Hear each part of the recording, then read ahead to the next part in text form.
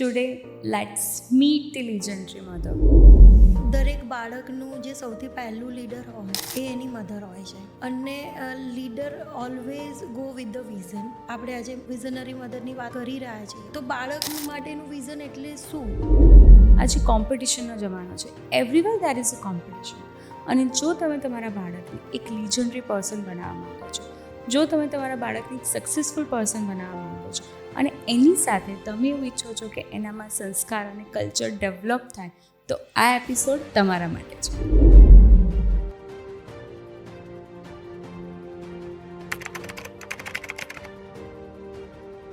રમવાની ઉંમર છે, પણ રમવા સાથે સાથે એને ડેવલપ થવાની પણ ઉંમર છે. હાર્ડવર્કિંગ અને ટાઈમ મેનેજમેન્ટ 8th સ્ટાન્ડર્ડમાં આવ્યા પછી બાળક નથી શીખતું. શું તમે એક મધર છો? શું તમે તમારા બાળક માટે કોઈ વિઝન પ્લાન કરી રહ્યા છો અને નથી કરી રહ્યા, તો વિઝનરી મધર હોવું એ કેટલું ઇમ્પોર્ટન્ટ છે. આજે કોમ્પિટિશનનો જમાનો છે. Everywhere there is a competition. અને જો તમે તમારા બાળકને એક લિજન્ડરી પર્સન બનાવવા માંગો છો, જો તમે તમારા બાળકને એક સક્સેસફુલ પર્સન બનાવવા માંગો છો અને એની સાથે તમે એવું ઈચ્છો છો કે એનામાં સંસ્કાર અને કલ્ચર ડેવલપ થાય, તો આ એપિસોડ તમારા માટે છે.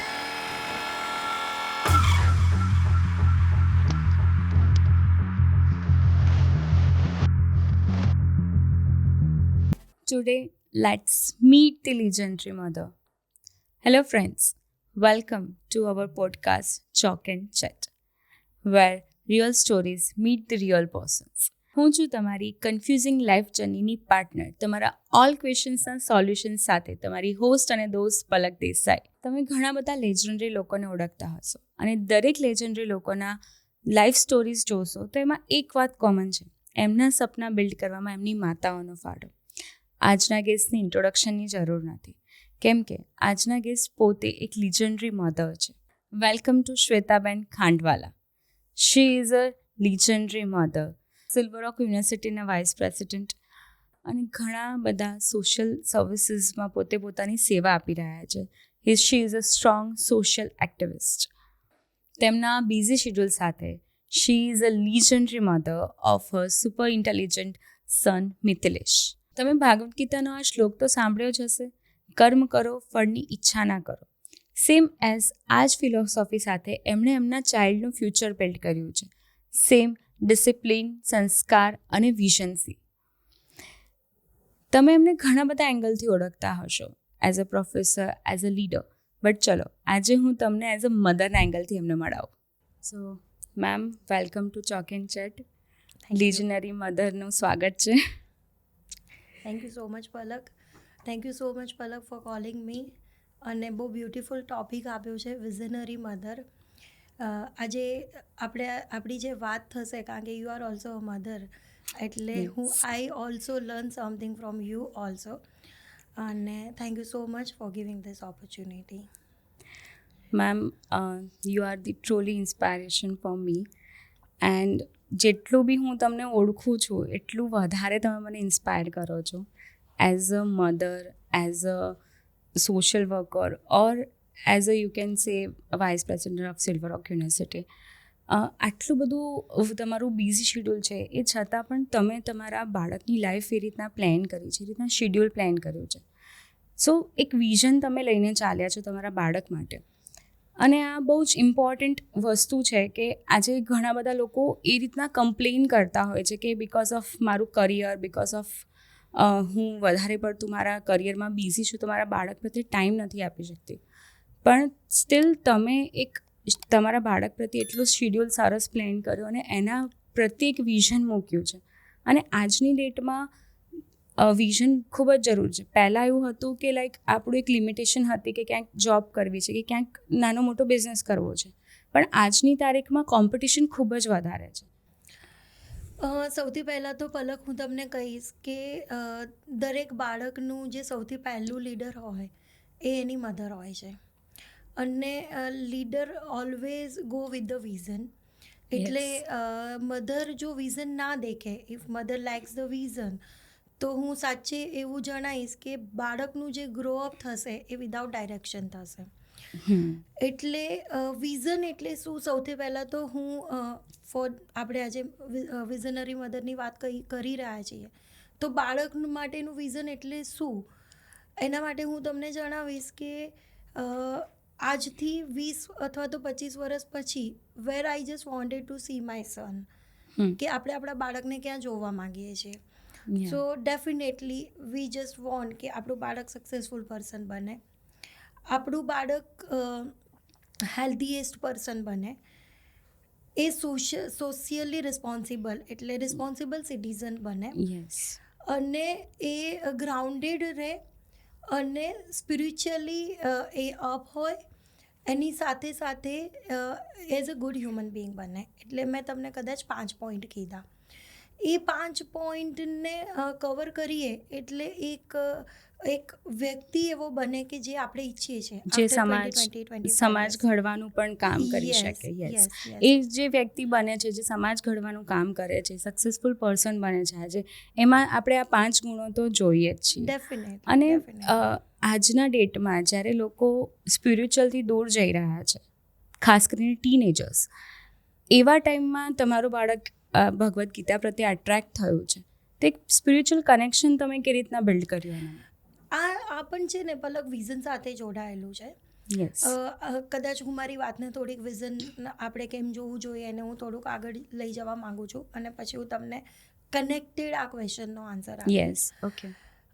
એટલે આ 5 પોઈન્ટ આવે ત્યારે આપણે એવું વિચારીએ કે બાળક એક સક્સેસફુલ પર્સન બનશે. તો વિઝન જોવાથી બાળક એકનું જે ગ્રોથ છે, એટલે બાળકનું જે અપબ્રિંગિંગ છે, એ બેલેન્સ વેમાં અને ગુડ ડાયરેક્શનમાં થાય. હવે આ 5 પોઈન્ટ ઉપર દરેક મધરનો આ જ વિચાર હોય. હું પણ મધર છું, આપ પણ મધર છો, આપને પણ આ જ થોટ પ્રોસેસ હોય કે મારું બાળક 25 વર્ષ પછી અહીંયા પહોંચે. તો સ્પિરિચ્યુઅલીની હું તમને વાત કરું તો એ જ વસ્તુ, સ્પિરિચ્યુઅલીનો મતલબ એવો છે કે તમે સ્પિરિચ્યુઅલ હો તો તમે તમારા રૂટ્સથી જોડાયેલા રહો.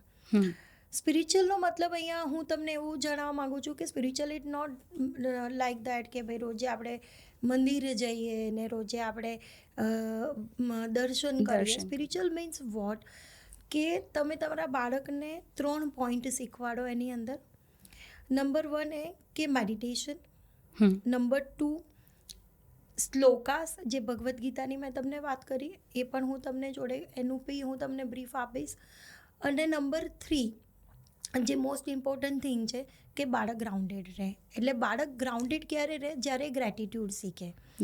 અને ગ્રેટિટ્યૂડ શીખવાડવા માટે બાળકને ઓલવેઝ એવી જગ્યાએ લઈ જવા પડે કે એને ઓલવેઝ એવું ફીલ થાય કે ભગવાને જે મને લાઈફ આપી છે, I should thanks to God, કે ભગવાન થેન્ક યુ સો મચ કે તમે આટલી સરસ મને લાઈફ આપી છે. આટલા બધા પ્રોબ્લેમ્સની વચ્ચે, એટલે આટલા બધા લોકોને મળ્યા પછી એને ઓલવેઝ એવું ગોડને થેન્ક્સ કહેવાનું મન થાય, અને એ અંદરથી એ પ્રેયર શીખે. મેડિટેશનનો મતલબ અહીંયા હું એવો કહીશ કે જ્યારે આપણે બાળકને 3 કે 4 મેડિટેશનના પ્રાણાયામ કે આપણે એવું શીખવાડીએ ત્યારે એનું ફોકસ વધે, એનું કોન્સન્ટ્રેશન લેવલ વધે. અને 3rd પોઈન્ટ મેં તમને કીધું શ્લોકાસ. યસ, એ પણ એક વિઝનથી જ કનેક્ટેડ છે, કારણ કે શ્લોકાસ ભગવદ્ ગીતા એ મેનેજમેન્ટ બુક છે. અને જ્યારે બાળકને ભગવદ્ ગીતા તમે શીખવાડો, અને ભગવદ્ ગીતાના 108 ઇમ્પોર્ટન્ટ શ્લોકાસ છે, અને એ 108 શ્લોકાસ that is connected with the real life examples. એમાં હું જરા તમને થોડુંક એડ કરીશ કે જ્યારે મારું બાળક ભગવદ્ ગીતા શીખ્યું એના પછી વોટ નેક્સ્ટ. તો નેક્સ્ટ મારા માટે પોઈન્ટ એ હતો કે he has to teach Bhagavad Gita to others peoples. So what I have started, કારણ કે મારે એને ગ્રાઉન્ડેડ રહેવું અને ગ્રેટિટ્યૂડ તો શીખવાડવાનું જ હતું. સો what I have started, every Saturday he has to go under with the privilege kids, અને ત્યાં જઈને એને ભગવદ્ ગીતા શીખવાડવાની. હવે એને જ્યારે ભગવદ્ ગીતા શીખવાડવાની સ્ટાર્ટ કરી એ વખતે હી વોઝ લાઈક કે મમ્મા મને કંઈ ખબર નથી પડતી કે એમને સમજણ પડે છે કે નહીં. So we have given some suggestions to him કે you have to just define the problems કે જે એવરીડે એ લોકો ફેસ ફેસ કરે કરે છે છે. યસ. અને એ પ્રોબ્લેમના સોલ્યુશન ભગવદ્ ગીતામાં ક્યાં છે that you need to find out. Yeah. And he has find out those problems and he has find out those problem solution in Bhagavad Gita. તો એ લોકો એની જોડે કનેક્ટ થવાનું કનેક્શન ચાલુ ફીલ કર્યું કરે. યા. અને now they have started to interaction with him. તો આ જાય છે ત્યારે એ જે શીખ્યો છે એ શીખેલી વસ્તુ એ ત્યાં સોસાયટીને પહોંચાડે છે અને જ્યારે એ લોકો જોડે મળે છે ત્યારે એને હી રિયલાઇઝ કે એ લોકોને નાની નાની વસ્તુથી કેટલા બધા problems, હર્ડલ્સ આવે છે લાઈફમાં. કોઈ નાની બેઝિક રિક્વાયરમેન્ટ માટે પણ કેટલા હર્ડલ્સ આવે છે અને એટલે જ એ ગ્રેટિટ્યૂડ ફીલ કરે છે. યસ, પરફેક્ટ છે. જ્યારે આપણે ક્યાંય પણ જઈએ છીએ અને આવી કોઈ સેવા કાર્યમાં આપણા બાળકને બી જોડીએ છીએ તો બાળક પણ પોતે શીખી રહ્યો છે કે એ લોકોને કેટલી પ્રોબ્લેમ્સ થઈ રહી છે, હું કઈ જગ્યા પર છું અને મારે એ લોકોની પ્રોબ્લેમ્સ કેવી રીતના સોલ્વ કરવી. ત્યારે જે એટલું ગ્રાઉન્ડેડ રહી શકે, અગર એની પાસે બધું જ છે આજે તો પણ એ બધા સાથે કનેક્શન ફીલ કરી શકે અને એવા જ વ્યક્તિ સમાજમાં એક મોભાદાર વ્યક્તિ બની શકે છે. Definitely, that's really a perfect thing you are doing. You are also a busy person, like you have too many tasks. તમે બહુ બધી જગ્યાએ પણ એસોસિએટેડ છો, બહુ બધું કામ તમે કરો છો, તમારું ડે શેડ્યુલ પણ એ રીતના હોય છે.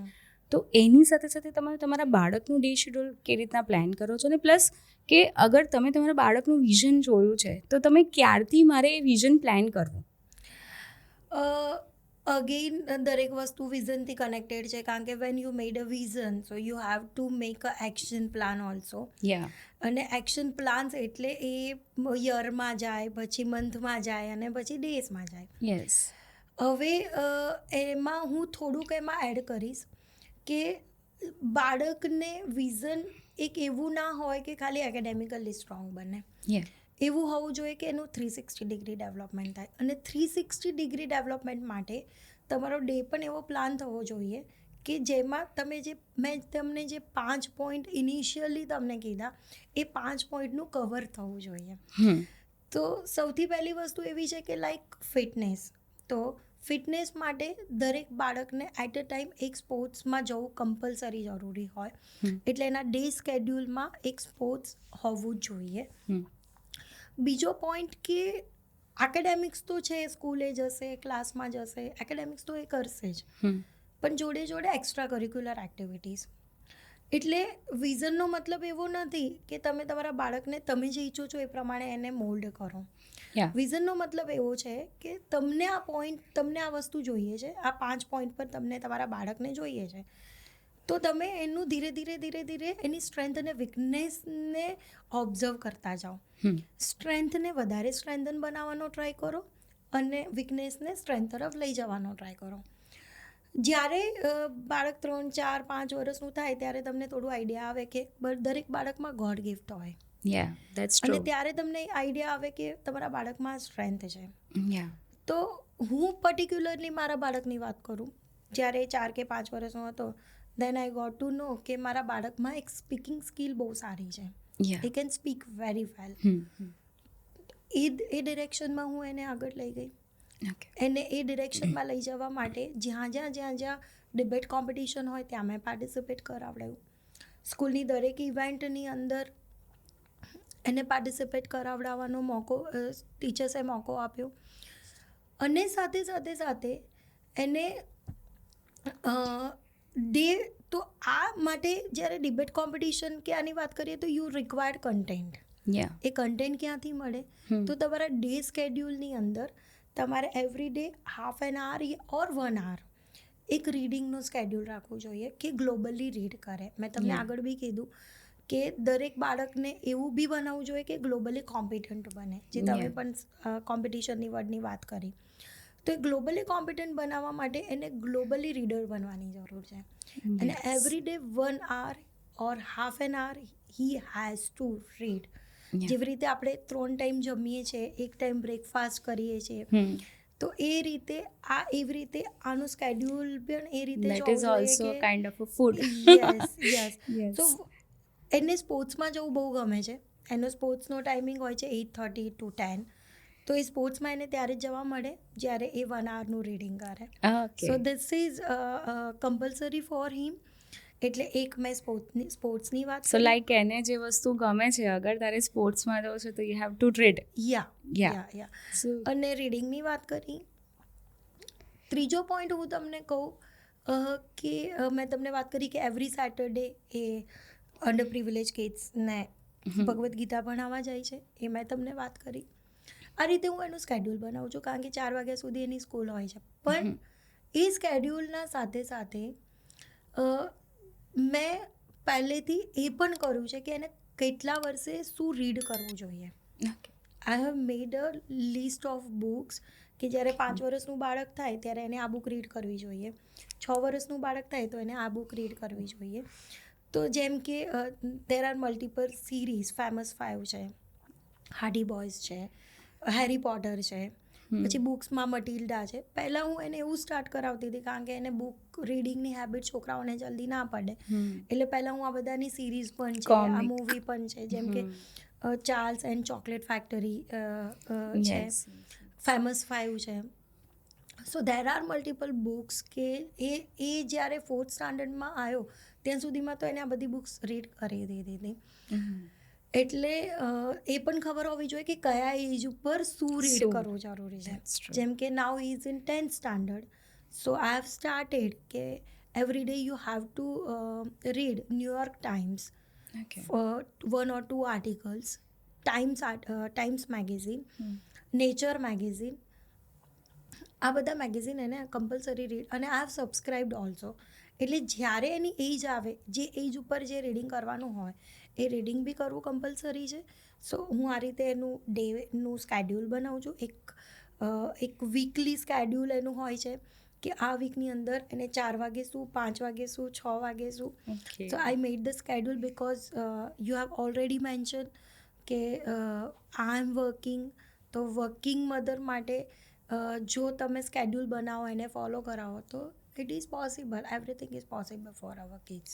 It's truly good. એકચ્યુઅલી એવું થતું હોય છે કે આપણે એવું વિચારીએ કે બાળક તો હજી 2 વર્ષનું, 3 વર્ષનું, 4 વર્ષનું નાનું છે, થોડુંક મોટું થાય પછી એને આપણે કરાવીશું, પછી એને ટાઈમ મેનેજમેન્ટ શીખવાડીશું, પછી એને ડિસિપ્લિન શીખવાડીશું, પછી એને કંઈક સમજાવીશું, શીખવાડીશું. પણ તમે જેમ કીધું એમ ઇટ ઇઝ ગુડ કે એને નાનપણથી જે વસ્તુની હેબિટ પડશે તો એ હેબિચ્યુઅલ થશે, એ વસ્તુને એડપ્ટ કરતા શીખશે. અને અગર જો આપણે જેટલા બી લિજેન્ડરીઝ લોકોના એક્ઝામ્પલ્સ લઈએ તો એ લોકોના એક્ઝામ્પલ્સમાં એવું છે કે એમની મધર્સે એમને ડિસિપ્લિન શીખવાડી, હેલ્થ મેનેજમેન્ટ શીખવાડ્યું, ટાઈમ મેનેજમેન્ટ શીખવાડ્યું, and there is a one good thing શીખવાડી to reading a books every day. So that is a perfect schedule, and I think દરેક મધરે આ શેડ્યુલ ફોલો કરવું જ જોઈએ. ઇફ દે વોન્ટેડ કે ભાઈ એમનું ચાઇલ્ડ એક સક્સેસફુલ પર્સન બને તો ડેફિનેટલી એ કરવું જોઈએ. હું આમાં તમને થોડુંક એડ કરીશ. ઘણી જગ્યાએ અમે લોકો જોતા હોઈએ છીએ, કારણ કે આપણે સ્કૂલ ને બધું પણ છે, એટલે ઘણી જગ્યાએ આપણે જોતા હોઈએ છીએ કે દરેકના પેરેન્ટ્સ અથવા તો પેરેન્ટ્સના પેરેન્ટ્સ, એના દાદા દાદી, નાના નાની, એ લોકો એવું કહેતા હોય છે કે અત્યારે એની રમવાની ઉંમર છે, અત્યારે એને રમવા દો.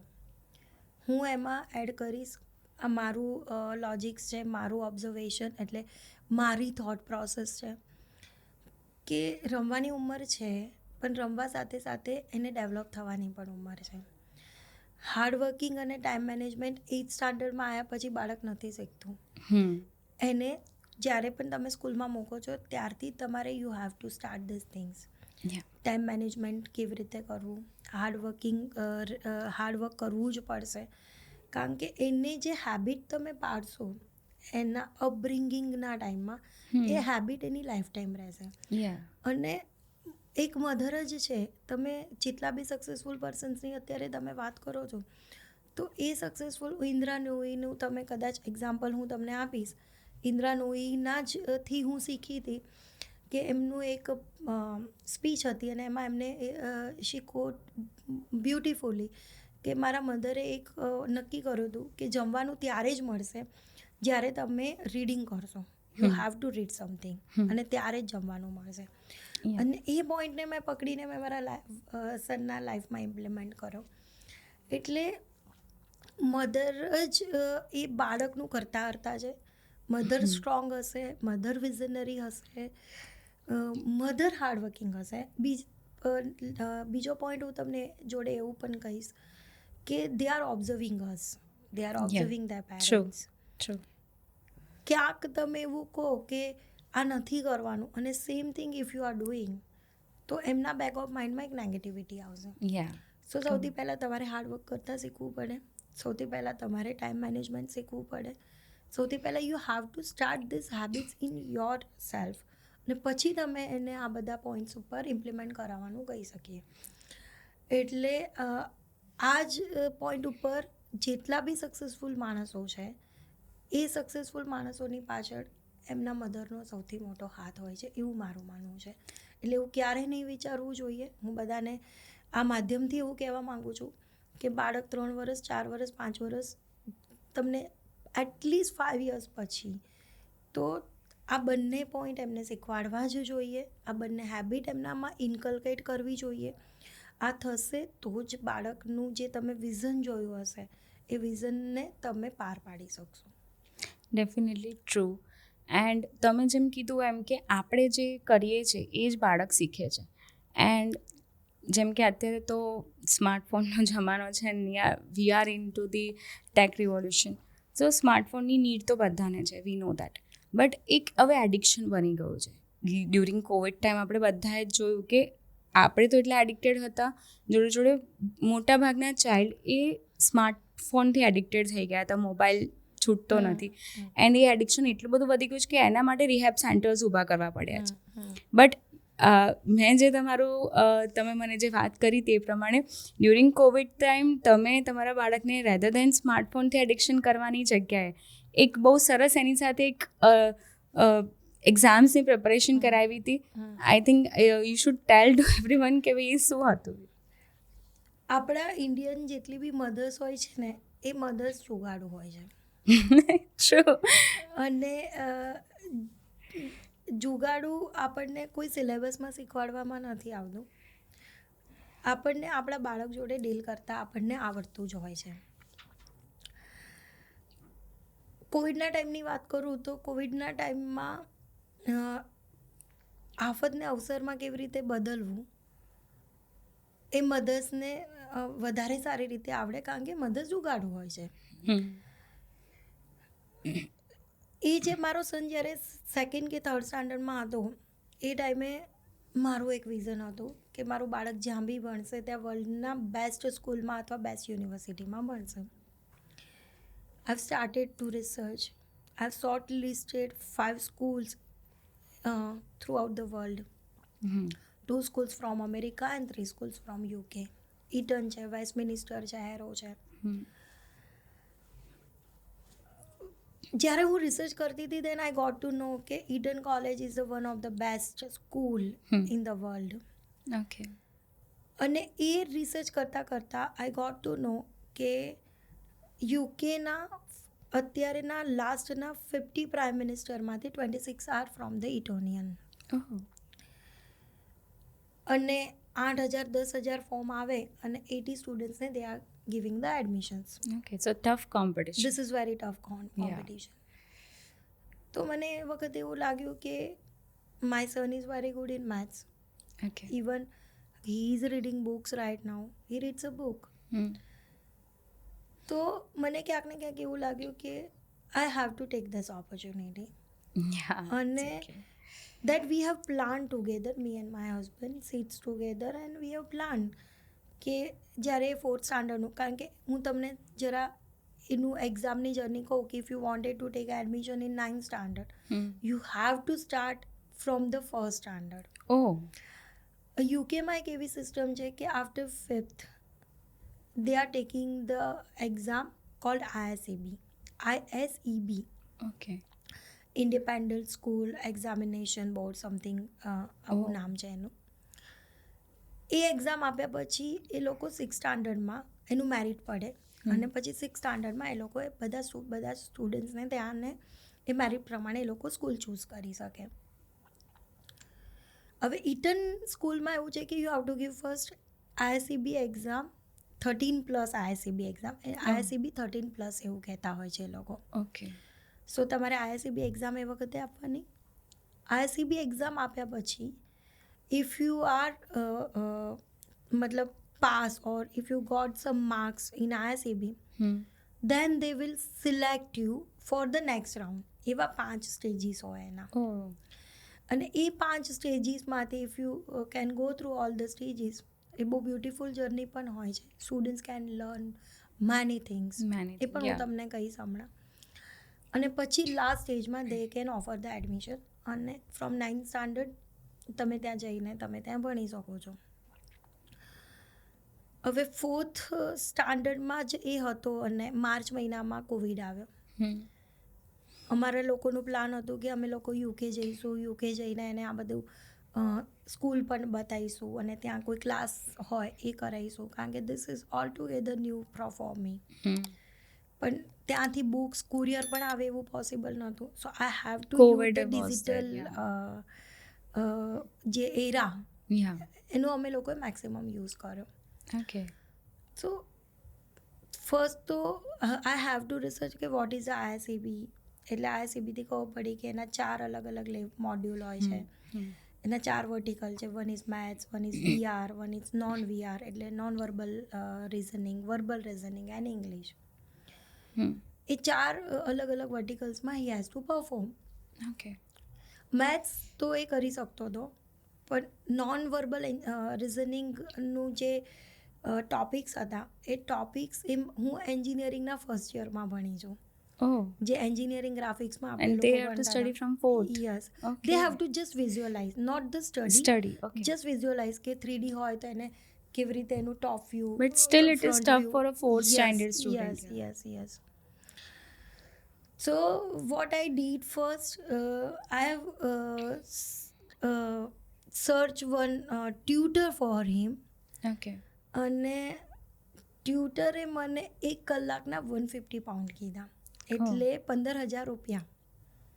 15,000 રૂપિયા 1 કલાકના. પણ ત્યાં આગળ સિસ્ટમ એવી છે કે તમે એવરી ડે તમે ટોપઅપ કરાવી શકો. એવું નહીં કે 6 મહિનાના પૈસા ભરી દો. તમે 1 કલાકને ટોપઅપ કરાવીને કરી શકો. So I have taken 5 lectures, 5 class with her. અને હું એની જોડે જ બાજુમાં બેઠી અને I just wanted to see કે શું ભણાવે છે કલાકમાં, કે she is charging 50,000 rupees. That is also important. Then I came to know કે this is possible for me. I have many resources. I have a university. I am into education. તો મને આ બધા રિસોર્સિસ મળી શકે. સો 4 class પછી I have stopped to take the class from her. I request her કે તારું જે કંઈ બી મટીરિયલ છે યુ જસ્ટ ગીવ મી. એમાં એવું સિસ્ટમ હોય છે કે મટીરિયલના અલગ પૈસા અને તમને શીખવાડવાના અલગ. She gave the material and we have started our journey. This is the first point. પછી મેં ISABના પેપર્સ મંગાવ્યા, લાસ્ટ 15 યર્સના પેપર્સ કરાવતા આઈ કેમ ટુ નો કે this is not enough for him. પછી CGP કરીને એક ત્યાંની ઓથર, CGP નામ છે ત્યાંનું પબ્લિકેશનનું, સોરી ઓથર નહીં, CGPમાંથી મેં CGP પબ્લિકેશનવાળા જોડેથી બુક કિન્ડલમાં લીધી, કારણ કે કુરિયર તો આવતું જ નહોતું. એક સ્ક્રીનશોટ લઉં, એને PDFમાં કન્વર્ટ કરું, પ્રિન્ટ આઉટ કાઢું અને એને આપું ભણા, એને કહું કે તારે you have to do this. પછી તો બહુ બધા ધીરે ધીરે ખબર પડી કે these are the best classes from the research.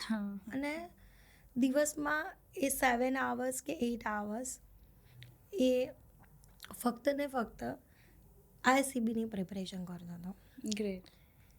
એના પછીના 3 કે 4 કલાકમાં 2 કલાક કદાચ હી સીટ્સ વિથ માય હસબન્ડ. મારા હસબન્ડ એવરી ડે એને મહાભારત બતાવતા.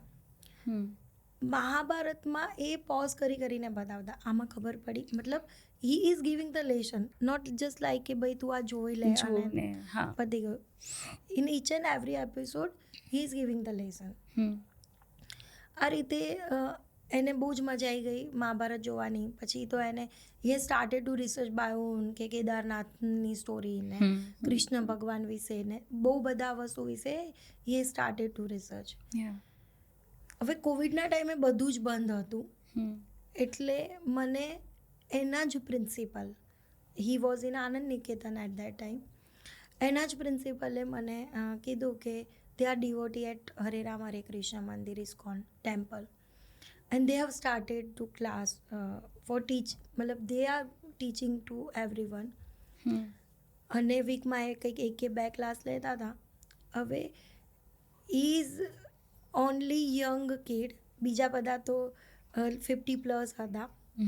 અને એના ક્વેશ્ચન્સ ને બધું એટલું જબરજસ્ત હતું કે દરેક લોકોને મેસ્મરાઇઝિંગ લાગતું હતું. દેન હિઝ જર્ની હેઝ સ્ટાર્ટેડ. કે ભગવદ્ ગીતા શીખવાની. એટલે 24 અવર્સમાં 9 to 10 hours એ ISCBની પ્રિપરેશન કરતો અને ભગવદ્ ગીતા શીખતો, અને બીજા અવર્સમાં ટીવી, સુવાનું, જે કંઈ બી. આમાં થયું શું કે હી વોઝ ઇન ICSE બોર્ડ, અને એને એ વખતે 2000+ રીડિંગ કોમ્પ્રિહેન્શન કર્યા. આજે પણ મારી જોડે મેં બધું મટીરિયલ સાઈડમાં રવા દીધું છે કે મોટો થાય. That's a great thing at the stage of that level. Yes. તો he learned vocabulary, he learned how to start writing. એટલે there are multiple things he learned in 4th standard. અને લગભગ પછી he got good marks ISCB, he has selected for next level. એમ કરતાં એ આગળના લેવલમાં ગયો. એટલે this is the thing that we have utilized the COVID time. આફતને અવસરમાં કેવી રીતે બદલવું. કરેક્ટ. It's truly inspiration. કહેવાય છે કે કામને શીખવે, અને તમે જે કર્યું રિસર્ચ ને એ બધું પોતાના દીકરા માટે, એ એકચ્યુઅલી જે મધર હોય કે જે વિઝન લઈને ચાલતી હોય એ જ શીખવે. જેમ તમે રિસર્ચ કરો એમ તમને આગળ ખબર પડે કે આવું હોય છે. પણ આજે એક પ્રોબ્લેમ એવો છે કે ઘણા બધા લોકો એ ટ્રાય કરવા નથી માંગતા, ઓર એલ્સ ટ્રાય કરે છે તો ક્યાંથી ટ્રાય કરવું, કઈ ટાઈપની ગ્લોબલ એક્ઝામ્સ છે, પોતાના બાળકને કેવી રીતના ટ્રેન કરો એ આઈડિયા નથી હોતો. તો એના વિશે કંઈક તમે ફોકસ આપી શકો? યસ, બધા મધરમાં હું જોતી હોઉં છું. દેખો, મધરને તો દરેક મધરને એવું જ હોય કે મારું બાળક સક્સેસફુલ બને, મારું બાળક ગુડ હ્યુમન બિંગ બને. પણ એના માટે હું તમને કહીશ કે ક્યાંક ને ક્યાંક મધર જે મેઇન રિસ્પોન્સિબિલિટી છે એને ભૂલી જાય છે. દરેક મધરને એવું છે કે મારું બાળક ટાઈમે સ્કૂલ જવું જોઈએ, સવારે એનું ટિફિન કે એનો જે નાસ્તો કે વોટ એવર એ રેડી હોવો જોઈએ, એને સારામાં સારું હું ટ્યુશન મોકલી દઉં એટલે રિસ્પોન્સિબિલિટી પૂરી થઈ જાય. તો એ રિસ્પોન્સિબિલિટી તો બેઝિક રિસ્પોન્સિબિલિટી છે, એ તો કરવાની જ છે. પણ એના સિવાય એના ડેવલપમેન્ટ માટે, એના 360 ડિગ્રી ડેવલપમેન્ટ માટે તમે શું કરો છો એ બહુ જરૂરી છે. દરેક બાળકના મધરને પણ વિઝન હોય, જે આપણે આગળ વાત કરી કે 5th vision is like that કે ગ્લોબલી કોમ્પિટન્ટ બને. તો ગ્લોબલી કોમ્પિટન્ટ બનવા માટે ગ્લોબલ લેવલની એક્ઝામિનેશન્સ, ગ્લોબલ લેવલની કોમ્પિટિશન્સમાં પાર્ટિસિપેટ કરવું બહુ જરૂરી છે, અને ગ્લોબલી એક્સપોઝર મળવું બહુ જરૂરી છે. મેં તમને ISCB નેટની વાત કરી. આજે એવી પરિસ્થિતિ બની છે કે લંડનથી ઘણીવાર મને ફોન આવે છે, અમારા ઓળખીતા રિલેટિવ્સ, ફ્રેન્ડ્સ, કે તે ISCB માટે શું કરાવી દઉં, તું થોડુંક અમને સજેશન આપને. તો ISCB તો ઠીક છે, પણ લાઈક તમારા બાળકને જેવી રીતે મેં રીડિંગમાં કીધું કે કયા યરે શું રીડિંગ કરવું હોય, એવી રીતે ગ્લોબલી કોમ્પિટિશનમાં પાર્ટિસિપેટ કરવા માટે કયા યરથી સ્ટાર્ટ કરવું જોઈએ. ISCB એક્ઝામનો મતલબ એવો નથી કે તમે ત્યાં એડમિશન લેવા માટે કરો છો. ISCB એક્ઝામ તમે અહીંયાથી આપી શકો છો. સ્કૂલ ઇઝ હેલ્પિંગ અસ. એટલે એક એ પોઈન્ટ છે. બીજો પોઈન્ટ છે PSET. 8th સ્ટાન્ડર્ડમાં તમે PSET એટલે સેટનું એક મોડેલ વર્ઝન છે, જે તમે ડેમો જેવું વર્ઝન કહી શકો. ત્રીજો પોઈન્ટ એવો છે કે તમે 7th 8th સ્ટાન્ડર્ડથી તમે સ્ટાર્ટ કરો તમારું બાળક આઉટ ઓફ ઇન્ડિયા અથવા તો ઓનલાઈન ત્યાંના પ્રોગ્રામ કરે. જેમ કે, અને પ્રોગ્રામ એવા નહીં કે જે ખાલી ફરવા માટે, કે જે ખાલી કરી લીધું અને પતી ગયું, એ ટાઈપના પ્રોગ્રામ નહીં. પણ ત્યાં ઘણી બધી યુએસએમાં અને ઇન્ડિયામાં પણ ક્રેડિટેડ સ્કૂલ્સ છે. જેમ કે યુએસએની વાત કરું તો ત્યાં સેન્ટર ફોર ટેલેન્ટેડ યુથ છે. Centre for talented youth it's from John Hopkins University. આ જ્હોન હોપકિન્સ યુનિવર્સિટીનું બહુ જૂનું ઇનિશિયેટિવ છે. જ્હોન હોપકિન્સ યુનિવર્સિટીમાં આ જે સેન્ટર ફોર ટેલેન્ટેડ CTY છે એ CTYમાં એ લોકો સમરમાં કોર્સીસ કરાવતા હોય છે ઓકે અને એમાં એ લોકો ક્રેડિટ પણ આપતા હોય છે અને ક્રેડિટ અહીંયા ટ્રાન્સફર પણ થાય છે. ઓકે પણ એના માટે you have to give first CTY exam for taking admission there for 1 month 1.5 month. Online પણ સેમ તમે CTYની એક્ઝામ આપીને તમે કરી શકો છો. એક્ઝામનું લેવલ થોડું ટફ હોય છે પણ તમે એ એક્ઝામ આપીને ત્યાં જાઓ એટલે ત્યાં કયા ટાઈપના સ્ટુડન્ટ્સ આવશે જે ઓલ ઓવર વર્લ્ડથી હશે. એટલે દરેક કન્ટ્રીના થોટ પ્રોસેસ શું છે એ તમને ત્યાં ખબર પડશે. બીજો પોઈન્ટ એ કે દરેક સ્ટુડન્ટ CTY આપીને એટલે જે એની એન્ટ્રન્સ એક્ઝામ હોય ક્લિયર કરીને એ એક્ઝામ આપીને આવ્યા હશે. એટલે એ એક્ઝામ આપીને આવ્યા હોય એટલે બટ ઓબ્વિયસ છે કે એ સ્ટુડન્ટ્સનું માઇન્ડસેટ અને બીજા બધા સ્ટુડન્ટનું માઇન્ડસેટ સેમ લેવલનું હોય. અને એક આપણું બાળક જુદા જુદા કલ્ચરવાળા લોકોને બી મળે છે તો એની એક પ્રોગ્રેસ લેવલ એની થોટ પ્રોસેસ પણ ડિફરન્ટ થઈ શકે છે. યસ તમે આ CTY જેવા પ્રોગ્રામમાં જાઓ ને તો એનાથી બેનિફિટ તમને શું થાય છે એવું તમને કહું કે તમને સ્ટુડન્ટ વિઝા કમ્પલસરી માંગે છે. જનરલી સમર સ્કૂલમાં જ્યારે તમે જતા હો ત્યારે તમારા વિઝિટર વિઝામાં તમે જઈ શકો છો પણ આમાં સ્ટુડન્ટ વિઝા જ લાગે છે. એ લોકો I-20 કે I-10 જે કહેતા હોય એ ત્યાંથી આપે છે અને એના અકોર્ડિંગલી સ્ટુડન્ટ વિઝા લઈને ત્યાં જવાનું હોય છે. ત્રીજો પોઈન્ટ એટલે એને ત્યાંનું સ્ટડી ત્યાંની જ યુનિવર્સિટીમાં રહેવાનું ત્યાંના પ્રોફેસરોનું માઇન્ડસેટ ઘણી બધી વસ્તુઓ દે લર્ન ધેર. એના પછીનો પોઈન્ટ છે કે લાઈક એવા ઇન્ડિયામાં પણ છે પ્રોમિસીસ IISc બેંગ્લોરમાં ઘણા બધા પ્રોગ્રામ્સ આવા થતા હોય છે. એનું એડમિશન લેવું it is tough. It is very very tough. If you are mathematical kids only for high school students. તો એના માટે પણ તમે ટ્રાય કરી શકો છો. પર્ટિક્યુલરલી ફોર મી મારા માટે 2 પોઈન્ટ છે કે નેશનલ અને ઇન્ટરનેશનલ લેવલે સ્ટુડન્ટ્સને આગળ વધારો. નેશનલ લેવલે તમારા સ્ટુડન્ટ્સની સ્ટ્રેન્થ જુઓ બંને લેવલે અને એ સ્ટ્રેન્થ જોઈને આગળ વધારો. હું એમાં મારા બાળકનું એક્ઝામ્પલ આપું તો નેશનલ લેવલે મને એવું ખબર પડી કે he is good in speaking. તો હમણાં વિકસિત ભારતમાં એઝ અ ડેલિગેટ આપણા જે honourable prime minister Narendra Modiji છે he was the chief guest there અને ટોટલ 3000 યુથ ત્યાં આગળ ગયું હતું એમાં he is one of them. He was a youngest person there. એના પછી એક કોન્ક્લેવ થયો હતો school of ultimate leadership. School of ultimate લીડરશિપનો કોન્ક્લેવ 2 દિવસનો હતો. એ બંને દિવસે એમને સ્પિરિચ્યુઅલી લીડર, બિઝનેસ પર્સન જેમ કે એરટેલના જે ઓનર છે એ અહીંયા પંકજભાઈ પટેલ જાયડસના ઓનર છે, સુધીરભાઈ છે જે ટોરેન્ટ ના ઓનર છે અને એના સાથે પોલિટિકલ લીડર અશ્વિની વૈષ્ણવજી અને બધા મનસુખ માંડવિયાજી. તો એ બધા ત્યાં હતા અને એક જ પ્લેટફોર્મ પર સ્ટુડન્ટને લીડરશિપના વર્ચ્યુઝ અને he was selected among 200 students. 200 જણાની વચ્ચે હી વોઝ સિલેક્ટેડ અને he learn so many things there. તો એક નેશનલ લેવલનું એને એક્સપોઝર મળ્યું એને આ ઉંમરે ભારત મંડપમમાં જવા મળ્યું અને આ બધા લીડર્સ જોડે ડાયરેક્ટ 1-on-1 વાત કરવાનો એને ઓપોર્ચ્યુનિટી મળી. બીજું છે એની સ્ટ્રેન્થ છે મેથ્સમાં.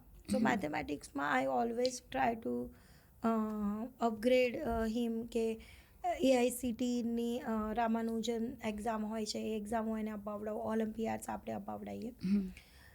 અત્યારે મેં એને એના માટે ઇન્ટરનેશનલ લેવલ પર મૂક્યો કારણ કે he is very good in speaking skill અને એનું મેથ્સ બંને બહુ સારું છે. ઇન્ટરનેશનલ લેવલ પર મૂકવા માટે now he is going to give one exam AMC American mathematics competition. અને it is a olympiad of America USA. અને એ વર્લ્ડ વાઇડ નોન છે. એક વોટરલુની બી મેથ્સની એક્ઝામ છે. હી is going two appear there. અને નેક્સ્ટ ટાઈમ મારો પ્લાન એ છે કે promises ઇન્ડિયામાં પાર્ટિસિપેટ કરે IISc બેંગ્લોર અને એની પણ એ પ્રિપરેશન કરીને જાય. એટલે ધીરે ધીરે ધીરે ધીરે હું એનો બેન્ચમાર્ક વધારતી જાઉં છું. બીજો એવો પોઈન્ટ છે કે speechandDebate.com છે ઇન્ડિયામાં. એ લોકો સ્ટુડન્ટ્સને જેની સ્પીકિંગ સ્કિલ હોય અને જે લોકો જોડે કન્ટેન્ટ હોય એને શાર્પન કરે છે, ફિનિશ કરે છે. અને એ હાર્વર્ડ કે MIT જેવી જ મતલબ આઉટ ઓફ ઇન્ડિયા એ લોકો ડિબેટ કોમ્પિટિશનમાં પાર્ટિસિપેટ કરાવે છે. તો એ પણ એનું અત્યારે સ્ટાર્ટ છે. 26 જુલાઈ he is going to participate one event from Harvard University. MUN છે મોડેલ યુનાઇટેડ સ્ટેટ નેશન તો બે ટાઈપના MUN હોય છે, થાઈ MUN અને હાર્વર્ડ MUN. તો HMUNમાં આ વખતે ઇઝ ગોઈંગ ટુ પાર્ટિસિપેટ. થાઈ MUN yes participate last year Dhirubhai Ambani સ્કૂલમાં. તો આ બધું જ એક્સપોઝર મળે, નેશનલ એક્સપોઝર મળે તો દરેક સ્ટેટના લોકોનું શું થોટ પ્રોસેસ હોય છે એ ખબર, એના જેવા લાઇક માઇન્ડેડ લોકોના શું થોટ પ્રોસેસ હોય છે અને એ એના લાઈફમાં સારી વસ્તુ ઇમ્પ્લિમેન્ટ કરે. ઇન્ટરનેશનલ એક્સપોઝર મળે તો દરેક દુનિયાના દરેક દેશના લોકોનું શું થોટ પ્રોસેસ હોય છે તો એને એ લેવલનું એક્સપોઝર મળે. એટલા માટે દરેક યરમાં from 4th standard to till now કંઈક ને કંઈક હું એને એક્સ્ટ્રા મતલબ કરિક્યુલર એક્ટિવિટીઝ આ રીતે કરાવતી હોઉં છું. સો આમાં હું છે ને બે વસ્તુ એક તમને કહીશ કે જે તમે તમારો એક્સપિરિયન્સ કીધો એ પ્રમાણે ઘણા બધા પેરેન્ટ્સ છે ને મેં એવા જોયા છે કે એવું સમજે છે કે ઓકે યાર કે આ તો એ નહીં જ ક્લિયર કરી શકે, આ તો એનાથી ના જ થાય, અમને ખબર ને અમારા છોકરાની સ્ટ્રેન્થ આટલી છે જ નહીં. પણ હાઉ ડુ યુ જજ કે એની સ્ટ્રેન્થ આટલી છે કે નહીં? એકવાર જસ્ટ યુ કેન ટ્રાય. અગર એ અપિયર બી કરે છે તો એને અગર ચલો એ ક્લિયર નથી કરતો તો પણ એટલીસ્ટ એને એક એક્સપિરિયન્સ તો મળશે, એ કંઈક શીખશે એમાંથી. બટ મોટાભાગના લોકો ત્યારે જ ગીવ અપ કરી દે છે કે ના મારા છોકરાથી નહીં થાય. અને સમહાવ યુ નેવર નો કે તમારા બાળકનું ક્યાં વધારે છે સ્કિલ્સ. વિધાઉટ જજ તો તમે ક્યારે એને બોલી જ ના શકો કે એક સ્કિલ વધારે છે. સો દેટ ઇઝ ધ ઇમ્પોર્ટન્ટ કે એને એટલીસ્ટ ક્યાંક ને ક્યાંક અપિયર કરાવો. અને અપિયર કરાવવા માટે ઓલવેઝ ડુ રિસર્ચ. તમારા બાળકનું ઇન્ટરેસ્ટ શું છે, તમારા બાળકને કઈ ફિલ્ડમાં આગળ વધવું છે. If is good in a sports then you can have કે સ્પોર્ટ્સ. ઘણાને એવું હોય કે લાઈક ક્રિકેટમાં સારો રમે છે, દેટ ઇઝ ટ્રુ, પણ એ થોડી ઇન્ડિયન ક્રિકેટ ટીમમાં સિલેક્ટ થઈ જશે. આપણું બાળક તો બહુ જ નીચા લેવલ પર છે, એ થોડી એકદમ આગળ જતું રહેશે. But at least you can try. પછી ના જાય કદાચ તો that is a different thing, but at least you have to try. Definitely. So એક બહુ સરસ મને એક એડ યાદ આવે છે આની અંદર કે એક એવું હોય છે કે એક PTM હોય છે અને એક દીકરી આગળ બેઠી હોય છે અને એના બીજા બધા પેરેન્ટ્સ એને પૂછે છે કે આજે પણ તારી મધર નથી આવી. તો શી જસ્ટ સેડ કે એમણે કીધું છે ટ્રાય કરશે. એન્ડ અને બધા એની મજાક ઉડાવે છે કે અમે તો આટલો ટાઈમ આપીએ છીએ છોકરાઓ માટે આમ ટાઈમ. પણ એ કે છે કે ના મારી મમ્મીએ કીધું છે ટ્રાય કરશે. And her mother is from the army અને પછી આવે છે અને શી ટોલ્ડ કે એની દીકરી એવું કહે છે કે મારી મમ્મીએ કીધું છે કે ઓલવેઝ એ ટ્રાય કરે છે, હંમેશા એ સારી મધર બનવાનો ટ્રાય કરે છે અને મારી નજરમાં એ બહુ જ સારી મધર છે. ધો she is busy, though she is serve to Indian nations, but still she is loving me, she is caring me, so that's a good thing. તો ઘણાને એવું હોય છે કે લાઈક આખો દિવસ છોકરા પાછળ રહે છે, કરિયર છોડી દે છે, બધું કે અમે છોકરા પાછળ ટાઈમ આપીએ છીએ. But how that important is time. કેટલો ટાઈમ તમે એના કરિયર પાછળ આપો છો, કેટલો ટાઈમ તમે એના કરિયરના રિસર્ચ પાછળ આપો છો. તો I feel that is the thing કે quality time is important somehow અને quantity time is not important there. If you are giving 1 hour a day to your child, that's important, not the if you are giving a 12 hours a day, but there is અગર એમાં કંઈ truthful નથી, તમે સાઈડમાં બેસીને mobile જોવો છો, એ સાઈડમાં બેસીને એનું કામ કરી રહ્યો છો, તે કંઈ ટ્રુથફુલ ટાઈમ નથી. 1 કલાક તમે જે કદાચ આપો છો પણ એ બી ક્વોલિટી ટાઈમ આપો છો, એ ટ્રુથફુલ વસ્તુ છે. જેમ કે તમારું બાળક જ્યારે તમારી બાજુમાં ભણતું હોય, દરેક મધર એવું હોય જ કે બાળક બાજુમાં ભણતું હોય એટલે બેસાડતા હોય ભણવા માટે અને એ ટાઈમે તમે મોબાઈલમાં કે હેડફોન લગાવીને કંઈક જોતા હો તો એ રોંગ ઇમ્પ્રેશન તમારા બાળકના મગજમાં પડે છે. ટ્રુ. એ ટાઈમે you have to make sure કે તમને તમારા જે લાઈફમાં આગળ વધવું છે, તમારા કરિયરમાં આગળ વધવું છે, એનું તમે રિસર્ચ કરો, એની નોટ્સ બનાવો, એના માટે કામ કરો. બીજો પોઈન્ટ આમાં હું તમને એવું કહીશ કે દરેક મધરની અપબ્રિંગિંગની સ્ટાઇલ અલગ અલગ હોય છે અને બધી જ સ્ટાઇલ સાચી હોય છે કારણ કે બાળક માટે સારી હોય છે. એટલે ક્યારે પણ કોઈ પણ મધરના અપબ્રિંગિંગ માટે સવાલ ઉઠાવો એ વ્યાજબી નથી અકોર્ડિંગ ટુ મી. કારણ કે દરેક મધર, સપોઝ હું એવું વિચારતી હોઉં કે મારા બાળકને મેથ્સમાં મૂકું, તમને એવો વિચાર આવતો હોય કે હું બાયોલોજીમાં મૂકું, ને કોઈકને એવો વિચાર આવતો હોય કે મારું બાળક સ્પોર્ટ્સમાં આગળ વધે. હવે એનું બાળક સ્પોર્ટ્સમાં આગળ વધે છે ને મારું બાળક મેથ્સમાં આગળ વધે છે એ જોઈને મને ટેન્શન ના થવું જોઈએ કે મારું બાળક સ્પોર્ટ્સમાં નથી. દરેકના પોતપોતાના સ્ટાઇલ હોય છે, દરેક પોતપોતાના સ્ટાઇલ પ્રમાણે કરતા હોય છે. વિઝનરી મધર, દરેક મધર વિઝનરી હોય છે. મેં તમને જે આગળ 5 પોઈન્ટ કીધા એ 5 પોઈન્ટ જ દરેક મધર વિચારે છે. એટલે બસ ખાલી action plan is important, very important. બીજું તમે કીધું કે બાળકને એ સમજાવવું પણ બહુ જરૂરી છે જ્યારે નાના હોય છે ત્યારે. મને યાદ છે કે મેં મારા સનને જ્યારે સ્કૂલમાં મૂક્યો when he was 3 years or 3.5 year old, ત્યારે બધા છોકરાઓ રડતા હતા અને યુઝ્યુઅલી નહોતો રડતો. હોય જ. તો મેં એને ટીચરે પૂછ્યું હશે, અને ટીચરે નહોતું પૂછ્યું, બધા છોકરાઓ રડતા હતા તો એ મનાવા ગયો અને એક છોકરાને એવું કીધું કે મમ્મી કોલેજ જાય, આપણે સ્કૂલે જવાનું. અને મને જ્યારે મારા એના ટીચરથી ખબર પડી હતી, at that time I was just laughing કે બાળકને ખબર જ પડે છે, એને ઓબ્ઝર્વ કર્યું છે કે મારી મમ્મી રોજ કોલેજ જાય છે અને મારો હવે સ્કૂલ જવાનો ટાઈમ છે. એટલે બાળક તમને ઓબ્ઝર્વ કરે છે. એટલે પહેલાં તો બાળકની સામે પ્રિટેન્ડ પણ એવું ના કરો, આર્ટિફિશિયલી તમે જેવા છો એવા જ રહો, અને બાળકની જોડે એવી રીતે રહો કે બાળકને એટલું ખબર હોવી જોઈએ કે આટલું મારે કરવું પડશે. મારી મમ્મી જે કંઈ પણ વિચારે છે મારા ફ્યુચર માટે છે. એ બહુ જરૂરી છે. ટ્રુ, એ બી જરૂરી છે. એક એવું છે કે એકેડેમિક, સ્પોર્ટ્સ અને આપણે લઈએ કે એને સ્પિરિચ્યુઅલી, એક આ 3 ટ્રાયેંગલ જે છે કે જે બાળકમાં ખૂબ જ ઇમ્પોર્ટન્ટ છે. એક એનું કેરેક્ટર બિલ્ડિંગ અને culture development. So how to do that, how to upbring his culture, character, all this thing? I believe that કે character plus career, it is equal to complete formula for children upbringing અથવા તો children growth. Character અને career માટે spiritually, sports અને academics, આ 3 વસ્તુ that is most important. કેવી રીતે? Sports, one time one sport તમારે તમારા બાળક માટે રાખવું જોઈએ. મને યાદ છે કે બિફોર કોવિડ મારો સન ક્રિકેટનો બહુ જ મોટો ફેન હતો અને એને એવું હતું કે કાલ સવારે હું ધોની થઈ જઈશ. જ્યારે એનું કોવિડ પત્યું પછી એને ફૂટબોલ રમવાનું સ્ટાર્ટ કર્યું. દેન આઈ રિયલાઇઝ કે એ કોઈ પણ એક વસ્તુ, મતલબ પર્ટિક્યુલર ફોર ધ સ્પોર્ટ્સ, એનો ફર્સ્ટ લવ ભલે ક્રિકેટ છે, આજે પણ એ ક્રિકેટ જુએ છે, આજે પણ એ ધોનીનો એટલો જ મોટો ફેન છે, પણ એ સ્પોર્ટ્સ માટે બીજા બધાને ઓબ્ઝર્વ કરે છે અને બીજાને ફોલો કરે છે.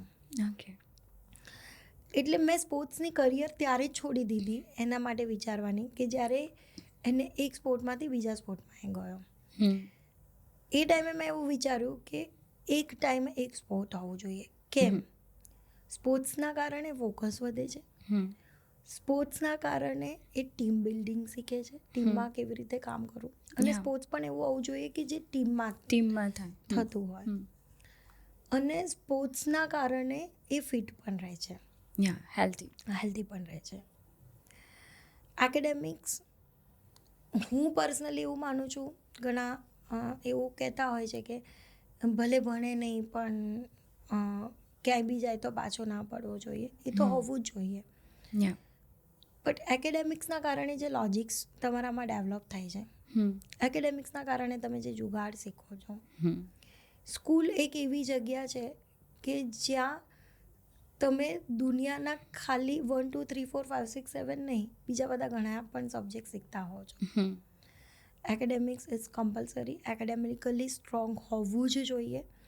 એ સ્ટ્રોંગ હશે તો સારામાં સારી યુનિવર્સિટીમાં કે સારામાં સારી સ્કૂલમાં જશે, અને સારી યુનિવર્સિટીમાં જશે તો એ લોકોના જે ગોલ હશે એ લેવલના એ ગોલ વિચારશે, એના લાઈફના ગોલ એ લેવલના આવશે. એટલે અને ત્રીજો પોઈન્ટ સ્પિરિચ્યુઅલી તમને ફેલર અને સક્સેસ એ બંનેને બેલેન્સ કરતા શીખવાડે છે. એ તમને ઇમોશનલી બેલેન્સ રાખે છે. એટલે સ્પિરિચ્યુઅલી પણ એટલું જ ઇમ્પોર્ટન્ટ છે. આ તમે આ જ્યારે 3 પોઈન્ટને 3 વસ્તુને એના વીકના કે ડેના સ્કેડ્યુલમાં રાખો છો, ત્યારે જ તમે તમારા વિઝનને અચીવ કરી શકો છો, એવું મારું માનવું છે. That is true. જ્યારે બી આપણે ક્યાંય પણ એવું વિચારતા હોઈએ કે ના યાર આપણે આપણા બાળકને કંઈક આપવું છે, તો ડેફિનેટલી આ 3 વસ્તુ પર તો ફોકસ કરવો જ જોઈએ. અત્યારે તો એમ જોવા જઈએ તો ટેક રિવોલ્યુશન ચાલી રહ્યું છે, રાઈટ?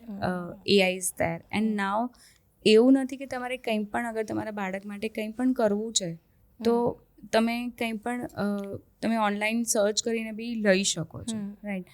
તો ટેકનિકલી ટેક રિવોલ્યુશન્સથી મધર્સે કેવી રીતના પોતાના બાળક માટે જોઈન્ટ રહેવું અને ટેકનોલોજીનો વધારે યુઝ કરીને, અને પ્લસ જે ટેકનોલોજીનો મિસયુઝ થઈ રહ્યો છે એનાથી બી બાળકને કેવી રીતના રોકવું.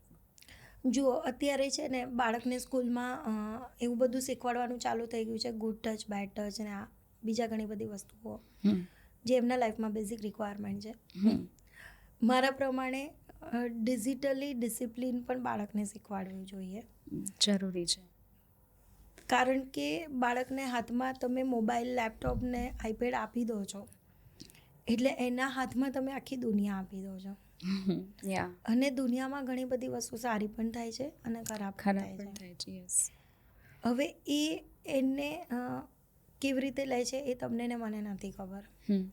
તો સૌથી પહેલાં એને ડિજિટલ માધ્યમનો કેવી રીતે ઉપયોગ કરવો એ આપણે આપણા બાળકને શીખવાડવું જોઈએ. એનો રાઈટ વેમાં ઉપયોગ થાય તો આ પ્લેટફોર્મ સૌથી સારામાં સારું પ્લેટફોર્મ છે ગ્લોબલી કોમ્પિટન્ટ થવા માટે. આજે દુનિયા એટલી બધી નાની થઈ ગઈ છે પલક, કે કોઈ ટીચર્સ કે આજે સપોઝ હું તમને કહું કે my son is going to give AMC exam, American mathematics competition, તો AMCના અહીંયા ઇન્ડિયામાં અમદાવાદમાં કોઈ ટીચર જ નથી. તો મને મુંબઈથી ટીચર મળ્યા છે. ઓકે. તો એને ઓનલાઈન થઈ શકે છે. જેમ કે હમણાં એને APની એક્ઝામ આપી, ગોટ 5 on 5. તો એના માટે બી મને દિલ્હીથી ટીચર મળ્યા હતા અને એમને દિલ્હીથી એને શીખવાડ્યું. એટલે આમાં હું તમને એવું 100% કહીશ કે બાળકને ડિજિટલ માધ્યમનો કેવી રીતે ઉપયોગ કરવો અને કેવી સાચી રાઈટ ડિરેક્શન એ એમને શીખવાડવું બહુ જરૂરી છે. અગેઇન કયા ટાઈમે બુક કઈ રીડ કરાવવી જોઈએ, અગેઇન સ્પિરિચ્યુઅલી નોલેજ ક્યારથી આપવાનું સ્ટાર્ટ કરવું જોઈએ, અને અગેઇન તમારે એને ગ્લોબલ લેવલમાં દર વર્ષે કઈ કોમ્પિટિશનમાં પાર્ટિસિપેટ કરવું જોઈએ. એની સાથે સાથે તમારે આ પણ શીખવાડવું બહુ જરૂરી છે બાળક માટે કે એને મોબાઈલ ક્યારે આપવો.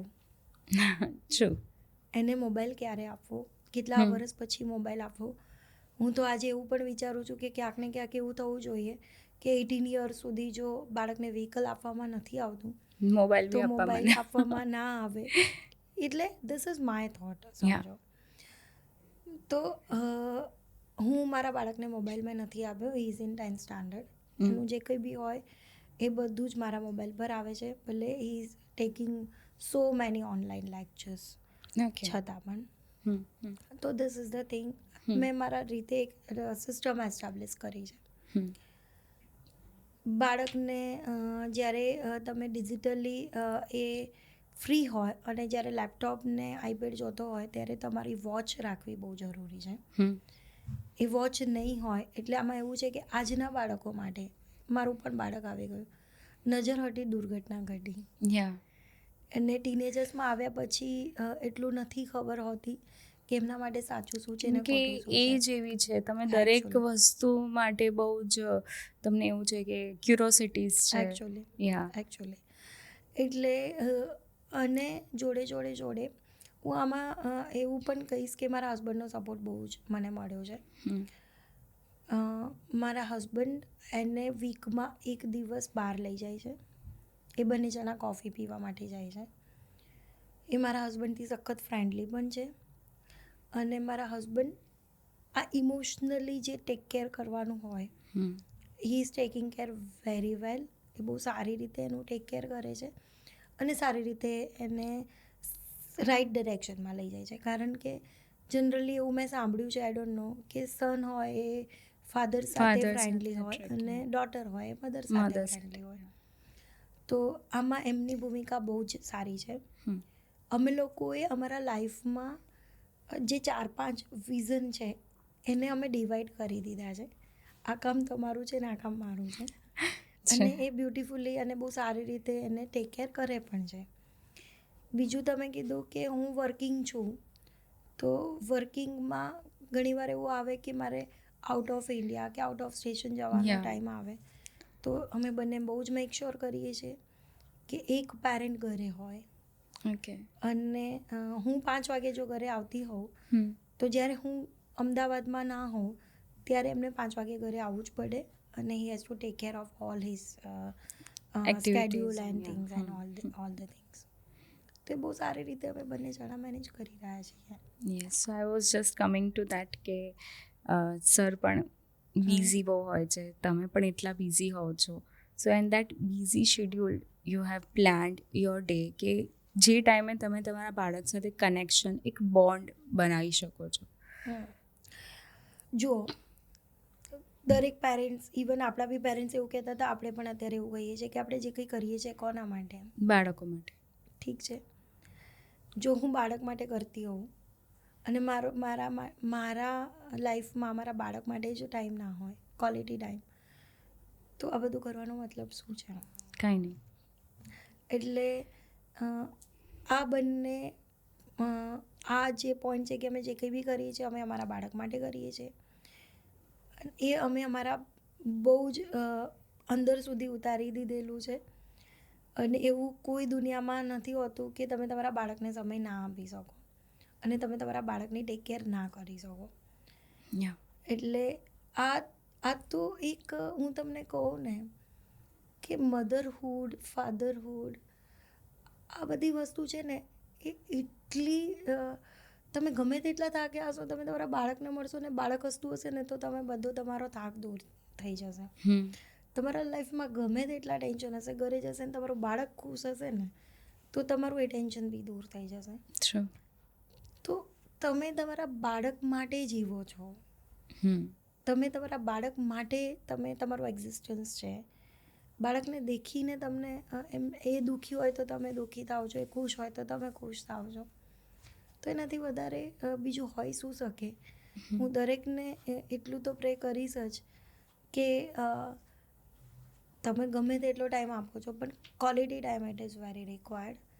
અને તમારા જે બિહેવિયર ને એ તમારી પેટર્નને એ સખત ઓબ્ઝર્વ કરે છે. અને એ ઓબ્ઝર્વ એટલે એ તમારે તમારી જાતને ધ્યાન રાખવું જોઈએ કે સમવન ઇઝ ઓબ્ઝર્વિંગ યુ અને એ આગળ જઈને તમારા જેવું તમને ફોલો કરશે જ. True. So what we are thinking કે આપણે આપણું કરિયર બનાવવામાં જેટલા બિઝી હોય છે, so always have to worry about કે ભાઈ અગર આપણે આપણું કરિયર બનાવવું છે, that is true, you can make it your career, everything you can.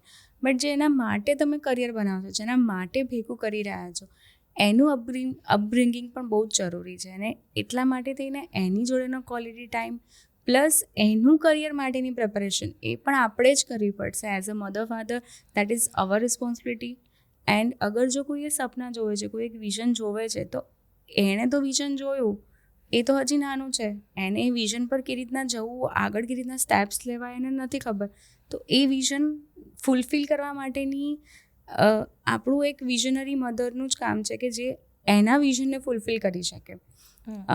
ઘણા બધા એવા એક્ઝામ્પલ્સ છે કે જે લીજન્ડરી લોકો થઈ ગયા, જે ગાંધીજી થઈ ગયા. તો ગાંધીજીના માં પણ એવું છે કે પુતલીબાઈ એમને શીખવાડ્યું કે ભાઈ તારે સાચું બોલવાનું, કંઈ પણ થાય અને કંઈ પણ થાય તો તમારે આગળ એમને શીખવાડ્યું.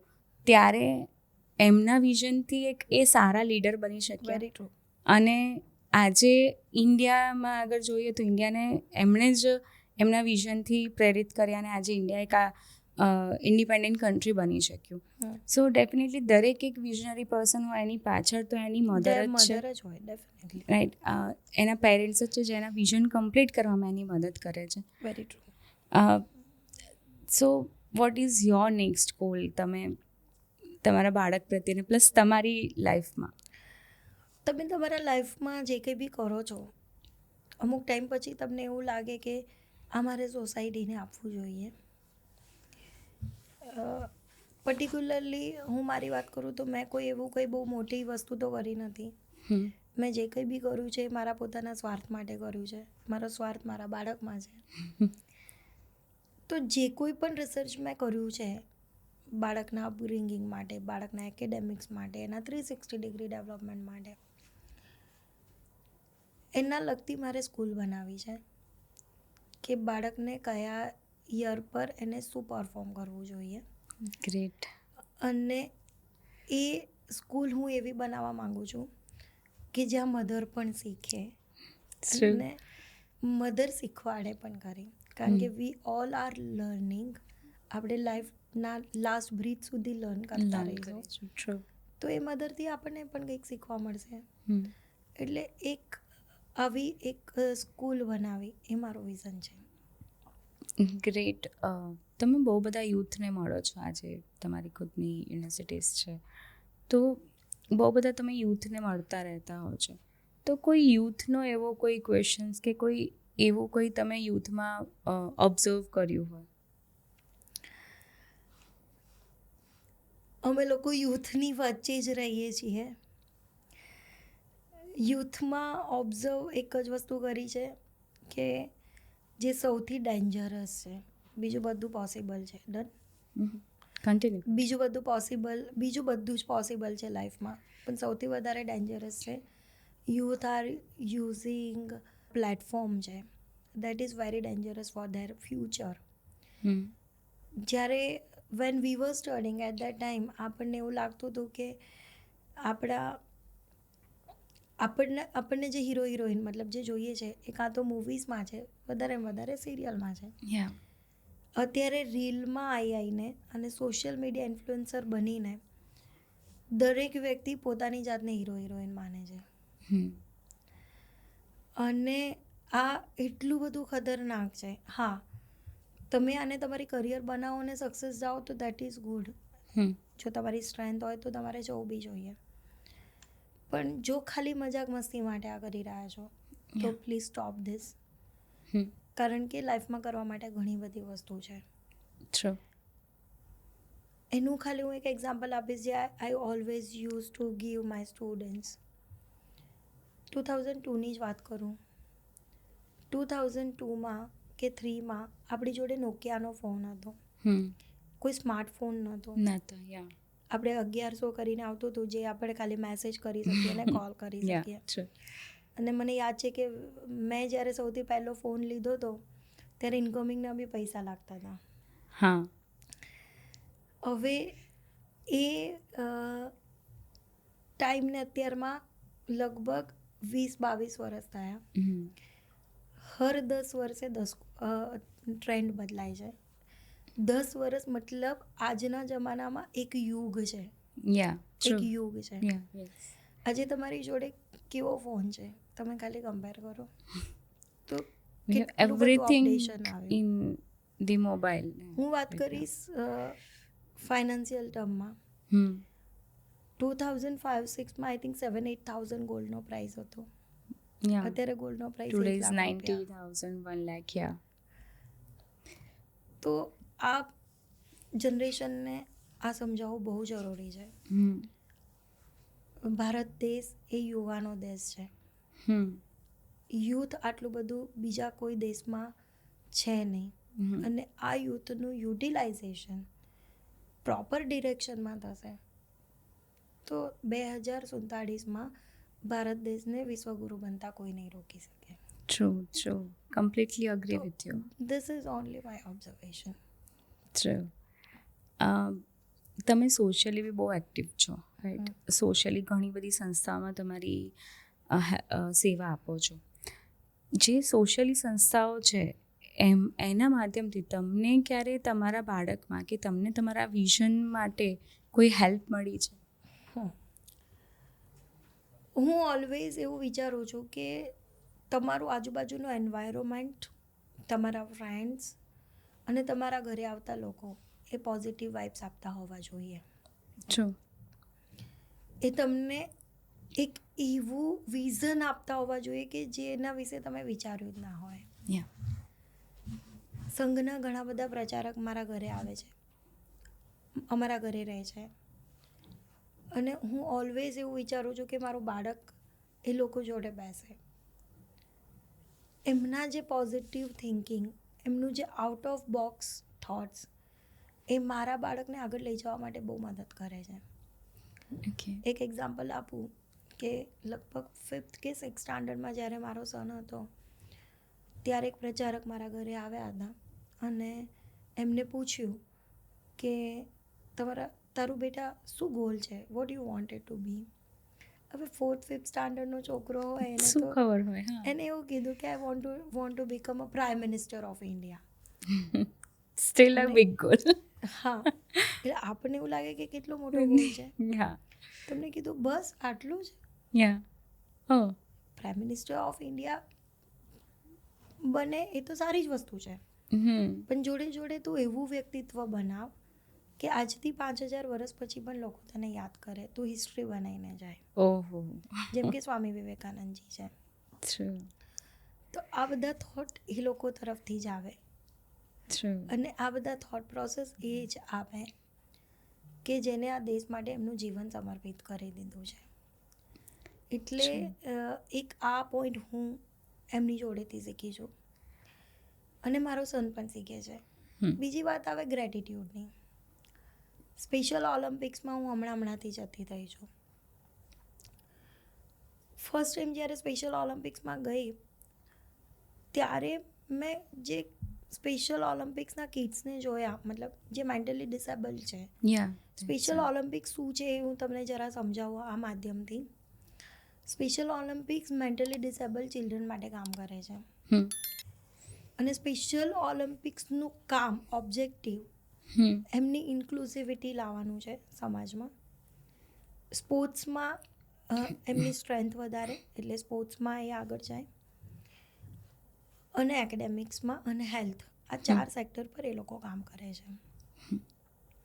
જ્યારે હું આ બાળકોને મળી ત્યારે એટલા હસતા રમતા, જેના લાઈફમાં આટલા બધા પ્રોબ્લેમ્સ છે અને એ લોકો એટલું સરસ હસતા અને બીજાને ગ્રેટિટ્યૂડ કરાવતા, મતલબ બીજાને એવું ફીલ કરાવતા કે I am the happiest person. તો ત્યારે મને એવું રિયલાઇઝ થયું કે ભગવાને આપણને કેટલું બધું આપ્યું છે. અને એટલે જ હું મારા બાળકને ત્યાં લઈ જવા માંગુ છું કે એ લોકોથી એ જુએ કે આ લોકો કેટલા મજાથી જીવે છે. એનું એક એક્ઝામ્પલ આપું. એક નેશનલ લેવલની ગેમ હશે, રનિંગની ગેમ હતી, અને રન કરતાં કરતાં એક છોકરો પડી ગયો. જનરલી નોર્મલ કેસમાં શું થાય, પડી જાય તો આપણે એવું વિચારીએ કે ઠીક છે, મારું એક કોમ્પિટિટર ઓછું થયું. એ જ બધા જ છોકરાઓ ત્યાં ઊભા રહ્યા, એને ઊભો કર્યો, એને સાફ કર્યો અને પછી બધા જોડે દોડ્યા. ગ્રેટ. તો આ જેટલા બી સંસ્થાઓ સાથે હું જોડાયેલી છું પર્ટિક્યુલર, એ સંસ્થાથી આ તો શીખવાનું છે. અને એ સંસ્થામાં જોડાયેલા જેટલા બી લોકો છે એ લોકો વિધાઉટ એક્સપેક્ટેશન નિસ્વાર્થ ભાવે કામ કરે છે. એ લોકો સખત એમને પ્રેમ આપે છે અને સ્પેશિયલ એથ્લીટ્સ જે આ લોકો કહેતા હોય છે એ જે કામ કરે છે, જે કાર્યકર્તા છે, એ લોકોને પ્રેમ આપે છે. ટ્રુ. ઇટ્સ ગ્રેટ કે જેવા લોકોને તમે મળો છો એવા લોકો પણ તમને કંઈક ને કંઈક શીખવાડતા જાય છે. સો દરેક આપણે પેરેન્ટ્સે પણ એવું શીખવું જોઈએ કે આપણે અલગ અલગ લોકોને મળો, અલગ અલગ લોકોમાંથી જે પોઝિટિવિટી છે એ લો અને એક તમારામાં કંઈક અલગ જ પોઝિટિવિટી થઈને આવશે અને એ તમે તમારા ચિલ્ડ્રન સુધી પહોંચાડી શકશો. અને ultimately if you are positive, if you are doing great, so always think that I am doing great for my kid too, and that will be the whole journey. અને તમને જર્નીની મજા જ છે. સાચી વાત છે. Right, so it is great having you here and I feel really great. કોઈ એકાદ લાસ્ટ ટીપ કદાચ તમે આપવા માંગતો હો દરેક મધર્સને, because you are the making your child as a super intelligent. સૌથી પહેલાં તો દરેક બાળક એ હર્ડલ નથી. બાળક એ સખત એ આપણી સ્ટ્રેન્થ છે મધર માટેની. અને બાળકને તમારી જર્નીમાં ઇન્ક્લુડ કરો. એનું આઉટકમ બંનેના લાઈફ માટે, મધર અને ચિલ્ડ્રન, એ બહુ જ જોરદાર આવશે. બાળકને હરેક એરિયામાં સપોર્ટ કરો અને જોડે જોડે એને સાચું શું અને ખોટું શું લાઈફમાં એને ફીલ કરાવડાવો વિથ ધ એક્ઝામ્પલ્સ. બસ હું આટલું જ કહીશ. True. Thank you for having here and your great inspiration, and I think દરેક મધર માટે આ ખૂબ જરૂરી છે. Thank you so much Palakben, thank you so much. Thank you. So અત્યારે છે ને આપણે ઘણું બધું એવું ઓબ્ઝર્વ કરીએ છીએ કે બાળક નાનું હોય એટલે આપણે થોડુંક એક્ટિવિટી ઓરિએન્ટેડ વધારે કરી દઈએ. ફલાણાનું છોકરું અહીંયા જાય છે તો એને ડ્રોઈંગમાં મૂકી દઈએ, સ્પોર્ટ્સમાં અલગ અલગ જગ્યાએ, અને બધી જ જગ્યાએ. એટલે આપણે એટલું બધું બાળકને બિઝી કરી દઈએ છીએ અને એમાં એને શું જોઈએ છે, લાઈક એનું ઇન્ટરેસ્ટ શેમાં છે, એ આપણે ધ્યાન જ નથી રાખતા. અને પ્લસ એમાં એવું થાય છે કે ઘણી વખત આપણે સ્ટુડન્ટના ચાઇલ્ડના નાનું હોય ત્યારથી એનું બોર્ડ સિલેક્ટ કરવામાં પણ ભૂલ કરીએ છીએ કે કયા બોર્ડમાં જવું. એનું છોકરું CBSEમાં જાય છે કે આનું છોકરું ICSEમાં છે તો ત્યાં મૂકી દે. તો એ પણ કન્ફ્યુઝન ઘણા બધાને હોય છે. એમાં તમારો શું ઓપિનિયન છે? જો હું તમારા ફર્સ્ટ ક્વેશ્ચનનો પહેલાં તો આન્સર આપીશ. મેં આગળ બી કીધું તમને કે દરેક બાળકની સ્ટ્રેન્થ અને વીકનેસ હોય છે જ, અને દરેક બાળક ગોડ ગિફ્ટેડ પણ હોય છે. તો you have to just observe the strength and weakness. બીજાએ કર્યું એટલે મારે આ કરવું એ જરૂરી નથી. તમને તમારા બાળકમાં જે પોટેન્શિયલ લાગતું હોય એ રીતે તમારે આગળ વધવું જોઈએ. મેં આગળ પણ તમને વાત કરી કે મારું બાળકનું સ્પીકિંગ સ્કિલ સારી હતી, મારા બાળકનું મેથ્સ સારું હતું, તો કોઈકના બાળકની સ્પોર્ટ્સ સ્કિલ સારી હોય તો you have to research in sports side. મેં ઘણા બધા એવા બાળકો જોયા છે કે જેને સ્પોર્ટ્સમાં ઇન્ટરેસ્ટ હોય તો એવી સ્કૂલ્સમાં મૂકે છે કે જે સ્પોર્ટ્સને વધારે પડતું પ્રોત્સાહન આપે. તો એ જે મધર ફાધર એટલે પેરેન્ટ્સને એના બાળક માટે જે કંઈ પણ રિક્વાયરમેન્ટ લાગતી હોય એ કરતા જ હોય છે અને ફૂલફિલ કરતા જ હોય છે, અને એ બાળકના ફ્યુચર માટે બેસ્ટ જ હોય. અગેન ફરીથી હું તમને કહીશ કે જે કંઈ બી મધર એ પોતાના બાળકનું જે રીતે અપબ્રિંગિંગ કરે છે એ બેસ્ટ જ હોય. We don't need to criticise, અને કોઈને એવો રાઇટ પણ નથી કે બીજાને ક્રિટિસાઇઝ કરવાનો. બીજો ક્વેશ્ચન તમે બહુ સારો ક્વેશ્ચન પૂછ્યો, કારણ કે આ જર્નીમાંથી હું પણ પાસ થયેલી છું કે કયા બોર્ડમાં એડમિશન લેવું, શું કરવું. તો મારા પ્રમાણે Indian board is the best for the foundation. Indian બોર્ડ્સની અંદર બાળકને હાર્ડવર્કિંગ અને ડિસિપ્લિન બંને આવી જાય છે. એટલે અને એના સિવાય ઇન્ડિયન બોર્ડની અંદર સિલેબસ એ રીતે ડિઝાઇન કરેલો છે કે જ્યાં એનું ફાઉન્ડેશન મજબૂત થાય, સ્ટ્રોંગ થાય. હું એક્ઝામ્પલ આપીશ. I don't want to criticise any other boards. બીજા બધા બોર્ડ્સ પણ સારા જ છે, પણ આ મારું પોતાનું બિલીવ છે. જે બીજા બોર્ડ્સ હોય છે એની અંદર teacher has to design the syllabus, અને એ ટીચર એ સિલેબસ ડિઝાઇન કરીને એ ટીચર એને એ સ્ટુડન્ટ્સને ભણાવતા હોય છે. સપોઝ મેં સિલેબસ ડિઝાઇન કર્યો, મેં પેડાગોજી વિચારી, મેં ટીચિંગ લર્નિંગ મેથોડોલોજી વિચારી, મેં એક્સ્ટ્રા એક્ટિવિટીઝ આમાં શું કરવું છે એ મેં વિચાર્યું, અને પછી કોઈ પણ કારણોસર if I left the job અને કોઈ બીજા એને ટેક ઓવર કર્યું તો એ આઈડિયોલોજીથી એ ભણાઈ શકશે નહીં, બીજા ટીચર અલગ જ. યસ.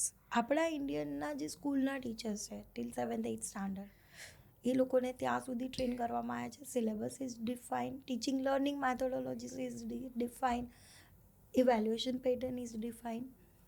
તો ત્યાં મારું એવું બિલીવ છે કે ફાઉન્ડેશન તો ઇન્ડિયન હોવું જોઈએ. બીજો પોઈન્ટ એવો છે કે ઇન્ટરનેશનલ લેવલ પર જો તમારે કોમ્પિટ કરવું હોય તો ઇન્ટરનેશનલ યુકેનું અને USA, particular I am saying about the UK, એનું English is very very very much upgraded અને બહુ હાઈ લેવલનું હોય છે. તો તમને ક્યાંક ને ક્યાંક એવું હોય કે મારે ગ્લોબલી મારા બાળકને મૂકવું છે અને after 8th standard if you wanted to keep him or her in another board, international level of board, તો યુ કેન પુટ ધેમ. પણ એ પ્રિપરેશન તમારે પહેલેથી કરાવવી પડે. પેરેલલી એનું ઇંગ્લિશનું લેવલ હાઈ કરતા રહેવું જોઈએ, તો એને પ્રોબ્લેમ ત્યાં ના આવે. દરેક બોર્ડની આઈડિયોલોજી એક કન્ટ્રીના એન્વાયરમેન્ટ પ્રમાણે તૈયાર કરવામાં આવી હોય છે. ટ્રુ. તો એ કન્ટ્રી પ્રમાણે કે ત્યાંના પ્રમાણે એ પ્રોપર હોય અને પરફેક્ટ હોય, પણ ઇટ ઇઝ નોટ નેસેસરી કે આપણા ત્યાં પરફેક્ટ અને પ્રોપર હોય. પણ yes, there are multiple schools right now in Ahmedabad also, in all over India also, કે જે ઇન્ટરનેશનલ બોર્ડને પણ બહુ જ સારી રીતે એ લોકો કનેક્ટ કરે છે અને બહુ સારી રીતે એને આગળ લઈ પણ જાય છે.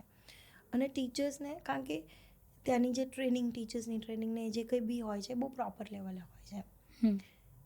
પણ જો તમે મને પૂછશો તો હું ડેફિનેટલી એવું કહીશ કે 7th 8th સ્ટાન્ડર્ડ સુધી ઇન્ડિયન બોર્ડમાં મૂકું અને આફ્ટર 8th સ્ટાન્ડર્ડ જ્યાં જો તમને ફ્લેક્સિબિલિટી ઓફ સબ્જેક્ટ્સ, મેં આગળ બી કીધું કે બાળકની જેમાં સ્ટ્રેન્થ હોય એ સ્ટ્રેન્થને તમે આગળ લઈ જાઓ.